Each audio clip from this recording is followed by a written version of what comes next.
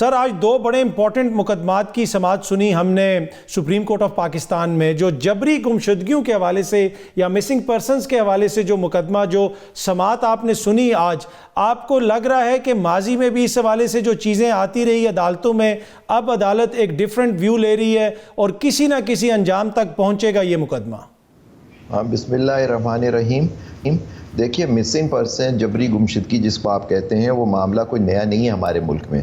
سالہ سال سے یہ ایک بڑا سنگین مسئلہ ہے اور مختلف ہائی کورٹس میں ہر ہفتے اس پہ سماعتیں ہوتی ہیں۔ میں سندھ ہائی کورٹ میں بھی دیکھتا ہوں، لاہور ہائی کورٹ، مختلف ہائی کورٹس میں، بلوچستان میں خود چیف جسٹس صاحب نے فرمایا کہ وہ منگل کے دن ان کیسوں کو سنا کرتے تھے۔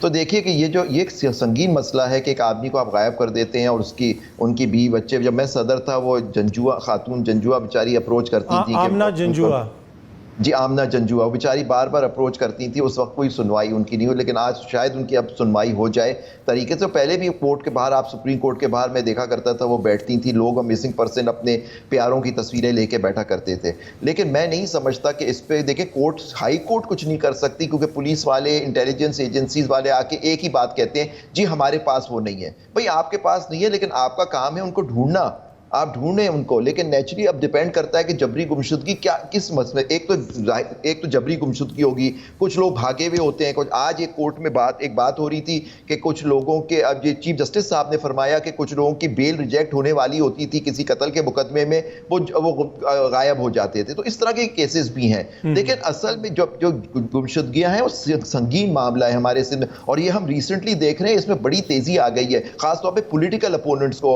نہ رہے گا بانس نہ بجے کی بانسری۔ تو یہ ساری چیزیں ہیں۔ اس پہ سپریم کورٹ پہلے بھی کمیشنز بنے، جسٹس جاوید اقبال کی اس میں سربراہی میں کمیشن کتنے عرصے سے کام کر رہا ہے، وہ سپریم کورٹ کے آرڈر پہ ہی بنا تھا۔ کیا ہوا اس میں سر؟ ٹھیک ہے، کچھ نہیں ہوا۔ اچھا، آج ایک اور جو سپریم کورٹ میں بڑا اہم مقدمہ تھا وہ تھا تعیات نااہلی کے حوالے سے۔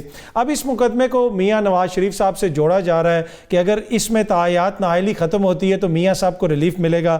اب صرف کیا میاں صاحب ہی ایسی شخصیت ہیں یا کوئی اور شخصیت بھی ہے، اس کا تو مجھے نہیں پتا، لیکن عابد زبیری صاحب، آج کی جو سماعت ہوئی، آپ اس کو سن کے، اس کو دیکھ کے آپ کو کیا لگتا ہے کہ یہ معاملہ کس طرف جا رہا ہے؟ دیکھیے، میرا تو ایشو یہی ہے، میں تو سمجھتا ہوں کہ اس کے اندر یہ کیس جو ہے، کیونکہ آپ جس طرح سے پوچھا گیا کون اس کی مخالفت کر رہا ہے، تو شاید ایک وکیل صاحب نے ہمت کی کہنے کی، لیکن باقی لوگ تو سب کہہ رہے ہیں کہ جب قانون سازی پارلیمنٹ میں کر دی گئی تو ہینس یہ جو مدت ہے یہ 5 سال ہو گئی، اور سمیع اللہ کا کیس اور مختلف، سمیع اللہ بلوچ اور مختلف کیسوں جن کے حوالے دیے جا رہے تھے، وہ اب وہ کیس ختم ہو گئے، مطلب ان کا فرق نہیں ہے۔ لیکن میرا آپ سے اس میں بہت ہمبل سبمیشن گزارش یہ ہے کہ اس کے اندر بھی دیکھیے نااہلی، ایک بات جسٹس منصور علی شاہ نے ضرور پوچھی کہ دیکھیے کیا ہم قانون سازی سے آئین کے اندر کسی چیز کی وضاحت کر سکتے ہیں یا اس میں آئینی ترمیم کی ضرورت ہے۔ یہی میرا ویو رہا ہے کہ اگر کوئی اس میں کوئی 62(1)F میں کوئی ترمیم کی ضرورت ہے، اس کو ترمیم کی ضرورت ہے یا اس میں کوئی انسپریشن، وہ آئینی ترمیم سے ہونی چاہیے، ایک سمپل قانون سازی سے نہیں ہونی چاہیے۔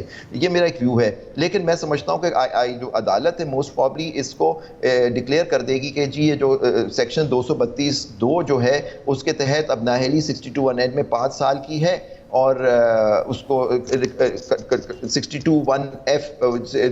63(1)H کے ساتھ کر دیں گے، کیونکہ وہاں 5 سال کی مدت دی ہوئے، 2 سال کی سزا یا 5 سال، تو اس لیے اس کو 5 سال کا کر دیں گے۔